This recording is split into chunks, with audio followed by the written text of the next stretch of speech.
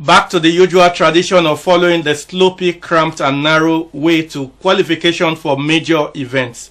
This time the road to Morocco 2015 is getting a bit slopey for the Super Eagles of Nigeria. Not as scripted by bookmakers, and it's so tight for the Super Eagles now. We need to sit up or we just get out of the race for Morocco 2015. Welcome to Super Eagles Locker Room Extra. Of course, with me on the program today, a man who have seen it all. Talk about reporting everything in the world of sports, particularly football. Tijani Kayode, you are very much welcome.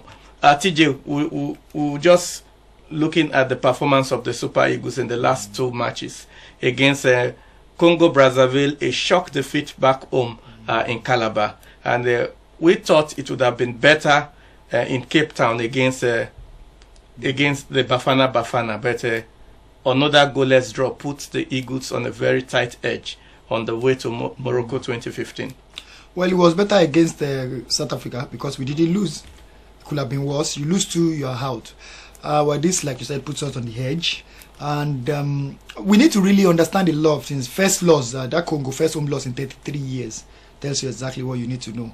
And a lot of people are saying, okay, all the politics distracted and all this. We scored first. We underrated Congo. I mean, we paid for it. We don't seem to realize that our players probably are not good. We don't have the kind of quality players we think we do have. You have to really understand that. For instance, I mean, you just start with the midfield. We are building it around Mikel. It's a huge mistake. Mikel is not the player that you want to build a team around, like Kanu, like Okocha. You understand? I mean, I think Keshi really should have a rethink about Mikel. Apart from that, the defense is absolutely flat. I mean, for whatever reason, even the Congo game, I mean, some of our superstar performers at the back, Babuna, Miru, didn't even know where they were. You can say he affected them all. I don't think so. I mean, they played a bad game. They underrated Congo. You don't do that in international football anymore. It's absurd. And our players don't fight. They don't fight, and for this qualification, it's tricky. It's really tricky. We've said over and over again, when we do have this kind of draw, we struggle. If you put Cote d'Ivoire, Egypt, Cameroon for Nigeria in the qualification group for a Nations Cup or a World Cup, adrenaline will be pumping. Wow, the thinking is everybody's like, wow, we're not going, we won't qualify, but we will qualify. Like going to the last Nations Cup, we were not expected to win it. I mean, we didn't qualify in 2012. Against Cote d'Ivoire. If I ask you now, I don't think you will say you thought we would win against Cote d'Ivoire in 2013. That's the kind of games we win. So that's the problem. Apart from all the problem happening in politics of NFF, apart from all the things happening, Keshi, no contract yet, a lot of uncertainty, we underrated Congo and we suffered for it. Now, 4 games to go. We must, to qualify, win at least 2 away games or 1. I really don't see us doing so. You saw the game against South Africa. So for us to qualify for this Nations Cup in Morocco, we have to really fight. Our players, are they fighters? I do not think so. I'm not saying we are not qualifying. I'm just setting the tone for you to exactly understand what we are talking about. Congo beats you at home. South Africa, we always beat them. They drew. They could have beaten us. Maybe we could have beaten them. Now the signal is out. Even Sudan will fancy their chances against us. And like I told you, the summary, our players don't fight. Well, the Super Eagles walking through a tight rope between the valley. Will they get the ticket to Morocco 2015? Of course, that is the hope of everyone that follows the Super Eagles.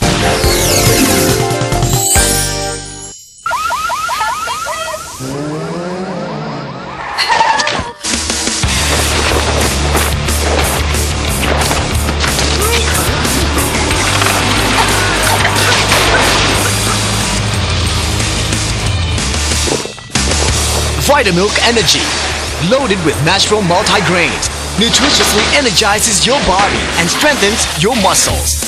Vitamilk Energy, for strong muscle and powerful energy. The General Assembly elected Amaju Melvin Pinnick as President of Nigeria Football Federation after a second round of voting. Pinnick polled 32 votes to 8 scored by Dominic Iofa and 4 by Tang Joseph Mujobi in the second round. 2. The General Assembly elected Sheyi Akinwumi as first Vice President of the Nigerian Football Federation with 30 votes to 8 by Shehu Adamu, Kaduna State, 4 by Emeka Eyama, and 2 by Mwazu Suleiman. 3. Ibrahim Musa Uso was elected unopposed as Chairman of Chairmen. Our people they talk and say, know how when the nose won't be reach when danger come, you know if you smell am. USC Soccer Lifeline, the Obonga program where you they hear all the etc things them will concern the world of soccer. You don't say I played that ball as goal for where? For my mind. As one guy won't score ball, he no score. Make a come open mouth say, ah man, I for score this ball. Now I fellas have talk. Say if na me I for score this ball. Now they look me. Can you say waiting? Make I say I for score this ball. I shut up. I fella continue. What were you saying? USC Soccer Lifeline. My name is Dayo. Make I catch you for TV, nothing mega. We hope we will not be having something negative as we had the last time when we didn't qualify under Samson Siasia.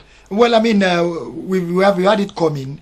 We believe we are Nigeria. The qualification is guaranteed common. I mean, with that kind of group, Congo, South Africa, we always beat. Sudan, we wallop them. The last time Modu was supposed to have taken us to the World Cup, we beat them at home. Basket full of goals. So why should we have any problem? Wrong. International football has changed. Any team can beat any team. So it tells you exactly what you need to know. And I've told people, I said, Keshi really has his own faults too. You understand? Let's be very frank. There's no perfect coach. I mean, Scolari were in Brazil. Scolari losing scandalously at home in the World Cup semi-final means Keshi is not a perfect coach. But I've told people, I said, for my money, Keshi, you don't want to change Keshi, really. You have to, sit down with him. These are things we think your shortcomings are. He has really done an exemplary job. At the end of the day, look, let me do a test for you now. What don't you know in football? Let me test you now. Name me just 3 players who form 3. I'm not saying 4, maybe 2, but 3 players, Nigerian players who play for the top 4 in Germany, Italy, Spain, Holland, the top. Name me. Eyama, Lee. Who again? Who? Mikel? No. Moses? No. Who? Emenike, top player, but which club?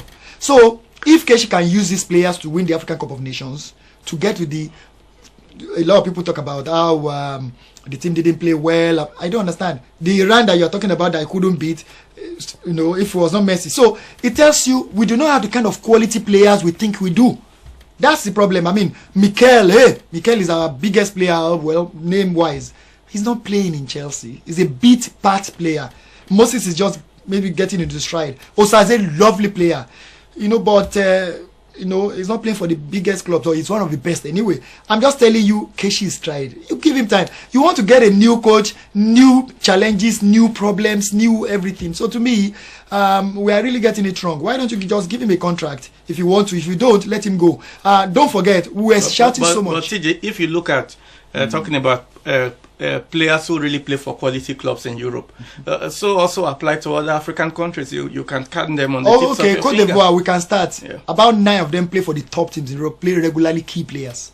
Ghana, key players. I mean, it's just that there's no time. We can start looking at the other quality players. Well, Super Eagles Locker Room Extra will be back, and we'll look at Keshi this time. I have an open communication line. Let's talk. They're all adults. You must listen to them. You must give them the respect. And football players, they know when genuinely you respect them. Genuinely you give them good advice. They know, and they will appreciate that. And that's what I do, And I've never had. It's like when I wanted to bring in Mikel, because I left him out. I said, you have your problem with Nigerians, blah, blah, blah. And I didn't bring him because, he was playing that big guy and he called me and said, Coach, I'd like to come back to national. I said, no, you're not coming. I said, you're not coming. And I dropped my phone. And he called back again, coach, you're going to hear me out. I'd like to come. I said, well, to do what? I'm trying to build a team here.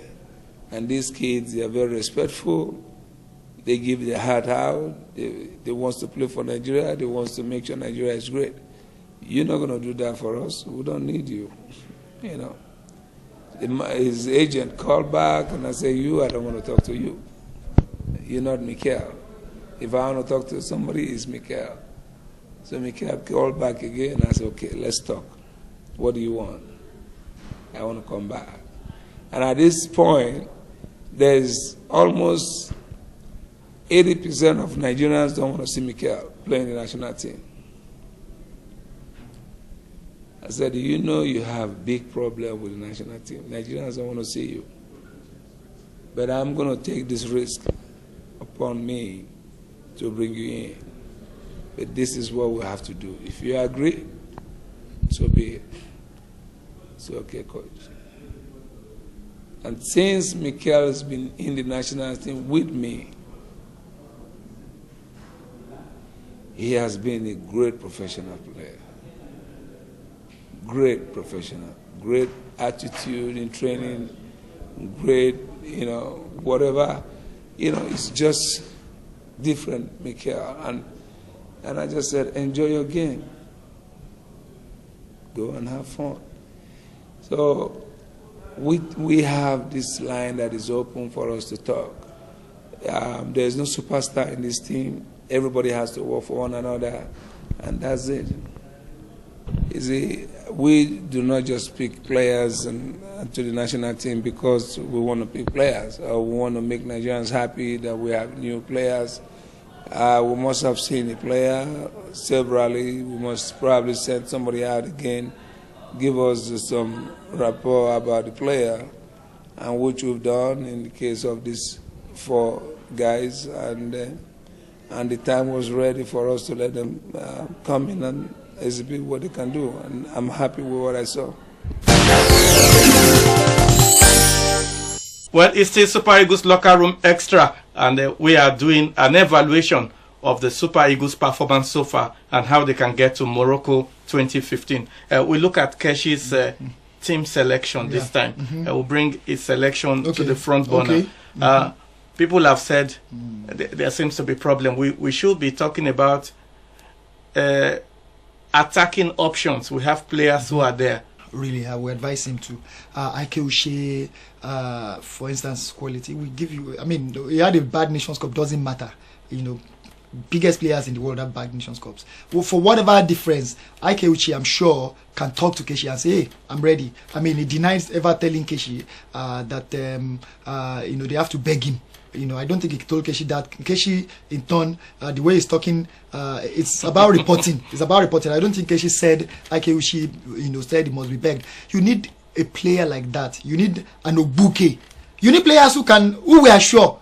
We even have an Ichebe that is just resting somewhere. Yeah, well, which I think is even the better option than Anisebe which you are right. Yeah. But Anisebe is reluctant. You don't force him. But have you invited him and he said no? Oh, no. Well, they invited him before. He doesn't. If a player wants to play for his country, you will know.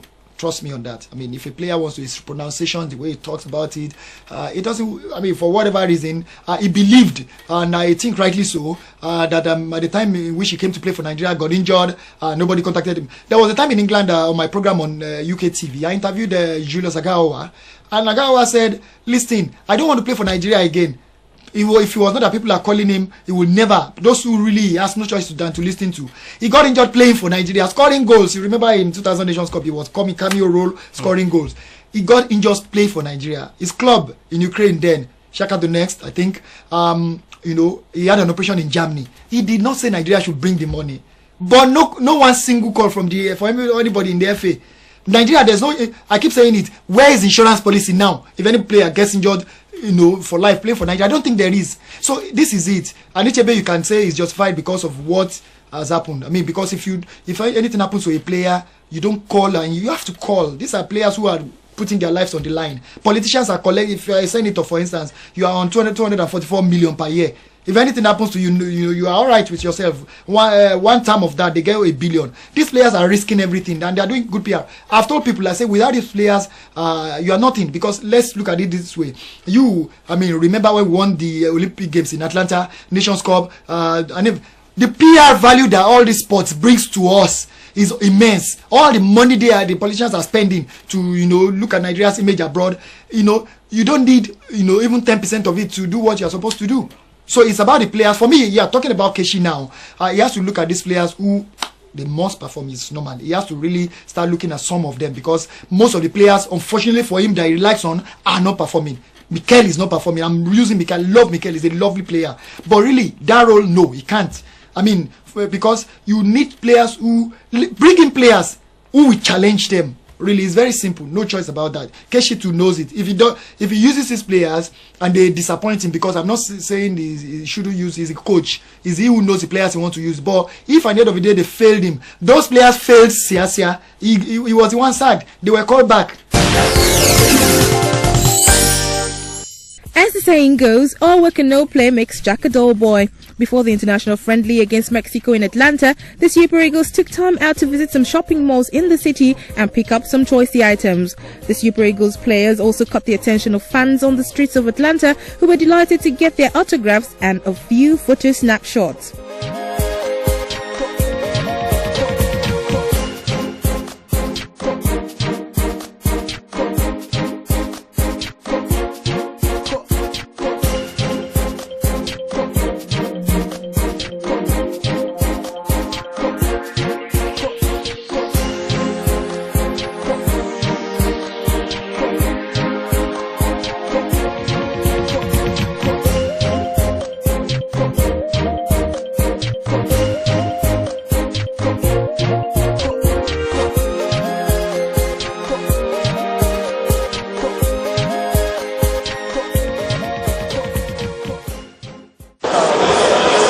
On behalf of the newly elected Executive Committee of the Nigerian Football Federation, I've been authorized and directed by my Executive Committee members, should I go ahead, to accept our election and to say that we are very thankful for all the confidence reposed in us. If you don't mind, I would like to call my executive committee members to stand with me. Mr. Vice President, the Chairman of Chairman, Ahmed Fresh, Felix Anansi, all the executive committee members, Alan Kwangi, Maragana.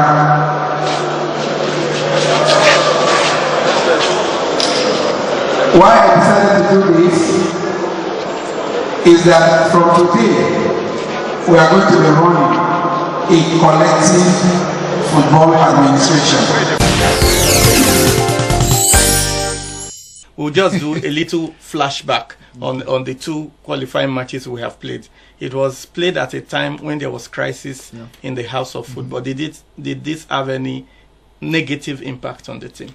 Well, maybe it can. It's a psychological thing. Like the players, for instance, lost the first game. You are going to South Africa on a Monday. If Chris Giwa goes there, fever bans us, blah, blah, blah. You are flying to South Africa 6 hours. You are not sure whether by the time you are landing in South Africa, they are saying fever has banned Nigeria, you are coming back. Yes. But, Ufama, let me tell you this now.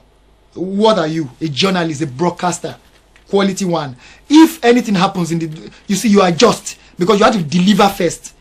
They are professionals in all areas of life. They adjust to the dilemma they find themselves. So I don't see that as an excuse. If they had won, we would not be talking this way. They scored first means, if they had gone on not to underrate Congo, we wouldn't be talking about distractions. So for me, the election, leave the politics for the politicians, do your job. Once you see, it's like a boxer going into war. No matter what is in your mind, I know of boxers who just got divorced 2-3 days before their fights. They go in there and still deliver, because once you enter in there, the result is what matters. Every other thing is an excuse, really. Now we should be asking for the way forward. What is the way forward for Nigerian football administratively? Well, I mean, it's sad. unfortunate. I'm looking at other negative words too. This is about my 27th year in journalism. I've never seen anything like this.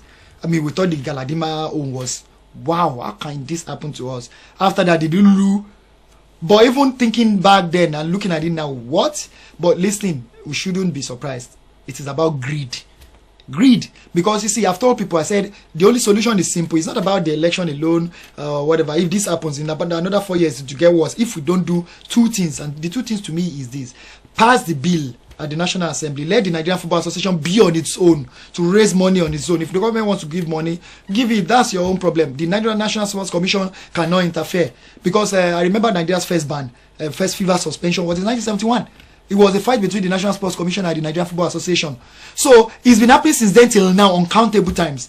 Let the government gradually remove itself from funding sports, like the normal countries, countries do. You look at England, Germany, Spain, Holland, even South Africa. These countries are their football. The money, 90% of the money comes from the private sector, because you trust. Good example, the League Management Committee, run by Undu Karabo, the likes of Shehu Diko. What? I mean, with the league club owners are saying no, they want to be on the board. The league club owners, what? They are employees. They are just mere employees of the state governments. They were there for years, ruining everything, not paying salaries. You understand? No club, nothing. Everything that is supposed to be a league does not exist now. The league and sharing heavy money from television rights. It's every money. Sweeping on that. Blackmailing the kind of super sports that is putting more, blackmailing them, not even letting them record sometimes because they want to fix matches. I'm sorry, this is the facts. Now the League Management Committee comes in. Don't forget, people are getting it wrong. League Management Committee illegal. No, look at the FIFA status. The FIFA status says anything that has to do with the league in any country is given, all the rights given to a member FA, which is Nigeria Football Federation now, and they ceded it to the League Management Committee. So they are legal and they are doing everything right. Don't forget, Chris Giwa and what's his name? The man who went to court. The man who's Barry Bote. These two, when the League Management Committee used the FIFA status thing to say, listen, for you to run a club, these are the criteria. If you don't meet it, we won't admit you. These are the two who failed. They are the same ones now you want to run the thing. So it doesn't make sense. League Management Committee, this example I'm giving you, are able to get real money from sponsors, especially Globalcom. There are times in which the Nigerian Football Association needed money. I was in Abuja, they brought a check and gave it to them. Which means if you have people like that, more of them, if the government is not putting billions into this and attracting those who really are there only for the money, you will get quality people like that who will run in, who the sponsor, it might take some years, who the sponsors trust. Then you won't find all this fight, because only quality people will come in. Quality people who know about marketing, like your guy Tayege, for instance, is a marketing person when it comes to sports. The marketers know him. Undu Kairabo, Shehu, all these people, they are there. Michel be lots of them. These are the people. Look at the man, the marketing man who explains, Dr. Ken Oyali, for instance. Imagine giving the marketing of the Nigerian Football Federation to that man. The sponsors trust him. He knows what he's doing. He knows about branding. So these are the people who will be interested if government say, you know what, we are not sponsoring sports football anymore. But they won't, because so many people are, really all the money, the billions goes into their pocket from the top, if you want the truth. Unfortunately, the picture of football administration in Nigeria. Well, finally, TJ, will the Super Eagles get to Morocco 2015? It's very tight. If they don't get in there through the first two qualifiers, I think we should be praying for a second batch. Well, there's nothing like second batch. It's a gamble. So the ones we are really sure about is are they going to be first or second? First, I don't think so, because like I told you, they have to win away games. I can't remember this team really. So we are going to go on our knees praying again to get to. Yeah, Morocco. Permutation is called calculation. I failed master school F9. But the Eagles will get there. Well, I hope so for our business.